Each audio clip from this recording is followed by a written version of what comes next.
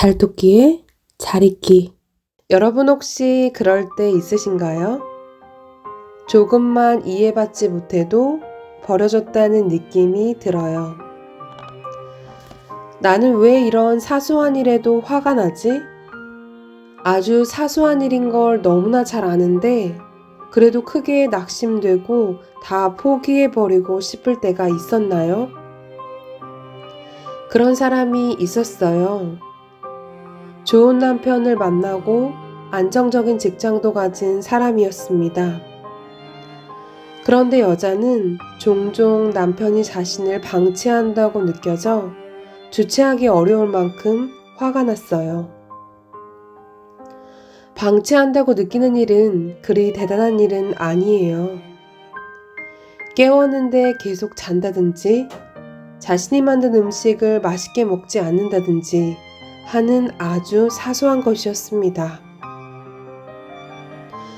그녀는 스스로도 그렇게 생각하는 자신이 싫었습니다. 남편과 멀어질까봐 걱정도 되었어요. 아무리 성숙한 사람도, 아무리 착한 사람도 일상의 사소한 갈등을 겪습니다. 사람은 완벽하지 않으니까요. 사람은 누구나 조금씩 다르기도 합니다. 아침잠이 나보다 많을 수도 있고, 내가 좋아하는 음식 재료를 싫어할 수도 있습니다. 그래서 내가 정성스럽게 한 음식에 충분히 만족하지 않을 수도 있습니다. 그런데 그녀는 여기서 방치라는 표현을 사용했어요. 왜 그런 말을 썼을까요? 방치는 열이 펄펄 끓는 사람 앞에서 신경도 안 쓰고 게임을 한다거나, 배우자가 병원에 입원했는데 별로 중요하지도 않은 술자리에 꼬박꼬박 나가는 배우자의 태도를 이를 때 쓰는 말이죠. 그런데 그녀는 남편이 깨워도 일어나지 않는 상황에서 방치된 듯한 심정을 느꼈습니다. 그녀는 자신의 감정이 어떤 것이든 상대방에게 완전히 받아들여지지 않았을 때 방치당했다고 느끼는 듯 했어요. 예를 들어 뭔가를 싫어하는 감정을 토로했을 때 상대방이 동의하지 않고 그게 왜 싫어? 라는 대답을 들으면 정서적으로 방치됐다는 생각을 하는 겁니다. 그냥 서운한 감정 정도가 아니라 거의 버려지는 느낌을 받아요. 방치라는 건 누구에게도 돌봄받지 못하는 상태를 말합니다. 그런데 사소한 일상에서도 방치된 듯한 고통을 느낀다면 누군가와 가까워지는 게 매우 두려울 수 있어요. 일단 가까운 사람이 되고 나서 거의 혼연일체가 되지 않은 한 사소한 일에도 방치되었다는 고통을 자주 느끼겠지요. 이런 사람은 인간관계에서도 언제나 수용되어지고 무조건 자기 편이 되어주고 언제나 자기가 원하는 방식으로 대해주는 그런 가까운 관계를 맺기를 절절히 원합니다. 그러나 그것은 현실적으로 불가능하기 때문에 누군가와 가까워지면 이것이 채워지지 않아 뭔가 버려지고 방치된 것 같은 느낌이 드는 거예요. 얼마나 두렵고 고통스러울까요? 그래서 그녀는 절실하게 가까워지고 싶지만 언제나 이렇게 한 발 물러서 있게 됩니다. 그녀가 이렇게 극단적인 감정을 갖게 된 데는 어린 시절의 성장 환경도 원인이 될 수 있습니다. 그녀의 아버지는 예측 불허의 인간이었습니다. 화를 냈다가 비굴하게 사과하기도 했어요.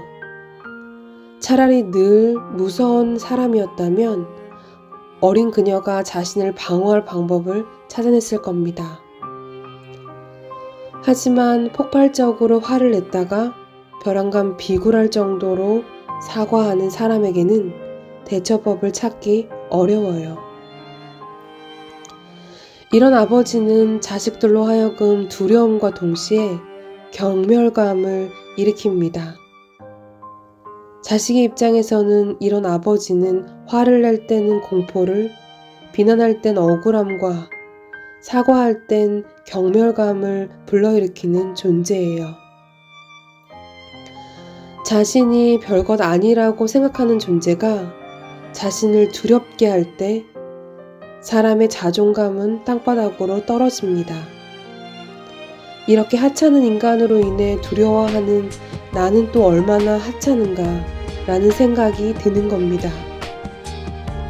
게다가 그녀는 아버지에게 당하는 어머니를 매번 위로하며 자랐습니다.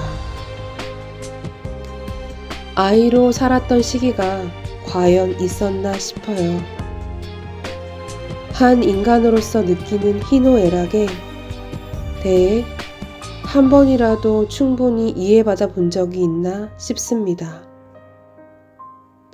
이런 이해를 받아보지 못한 사람은 자신의 감정에 대해 확신을 갖지 못합니다. 그러니 조금만 이해받지 못해도 거의 버려졌다는 느낌으로 치닫는 거예요. 예전에 만났던 30살의 여자는 주변 사람들을 지나치게 이상화해서 가까운 사람들과 관계에 어려움을 겪었습니다.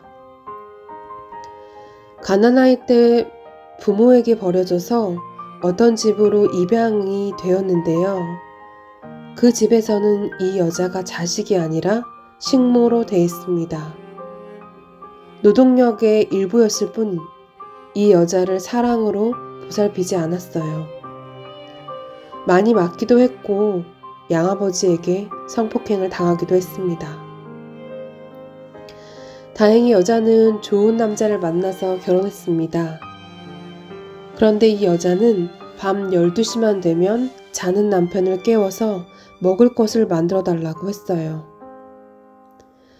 남편이 요리를 해주면 그것을 먹고 다시 잠이 들었습니다. 이유를 물으니 12시만 되면 먹을 것을 만들어 달라고 해 라는 환청이 들린다고 했지요. 이 여자는 자주 환시를 보기도 했어요. 환시 속에는 아주 조그만 어린 여자아이가 칼을 들고 서 있답니다. 한 번도 사랑받지 못한 자신인 듯 싶었어요. 생존을 위한 기본적인 보살핌을 받지 못한 상처가 여자에게 이렇게 남아있습니다. 기본적인 보살핌을 받지 못한 사람 중 일부는 주변 사람에 대한 이상화가 심해지기도 해요. 이 여자가 그랬습니다.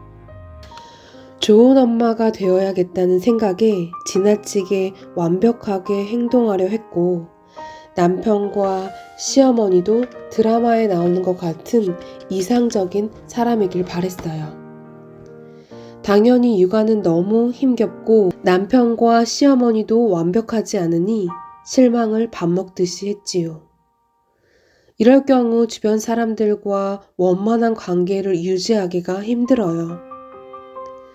인간은 누구나 부족한 면과 허점이 있기 마련이에요. 이 여자는 자신은 물론 남편이나 아이, 시댁 식구들을 보이는 아주 작은 허점에도 자신과 상대방을 평가절하하고 괴로워하고 절망했습니다. 당신이 종종 이런 기분이 느낀다면 솔직하게 자신의 상태를 이야기하는 연습을 해보세요. 나를 존중하고 사랑해주는 사람이 옆에 있다면 그 사람에게 하세요. 친구도 좋고 선배도 좋고 남편도 좋아요. 그런 사람이 옆에 없다면 일기장도 좋습니다. 그 상대를 믿고 자신이 느끼는 실망감, 공허함, 버려진 듯한 감정에 대해 말해보세요. 여보, 당신이 그런 말을 할 때 나는 방치된 것 같다는 생각이 들어. 이상하게 당신이 나를 버린 것처럼 느껴져 라고 솔직하게 말하세요. 그럼 상대가 그럴 리가 있나? 내가 당신을 왜 버려? 나는 당신을 놓지 않아. 다른 의도는 없었어. 라고 대답해 줄 거예요.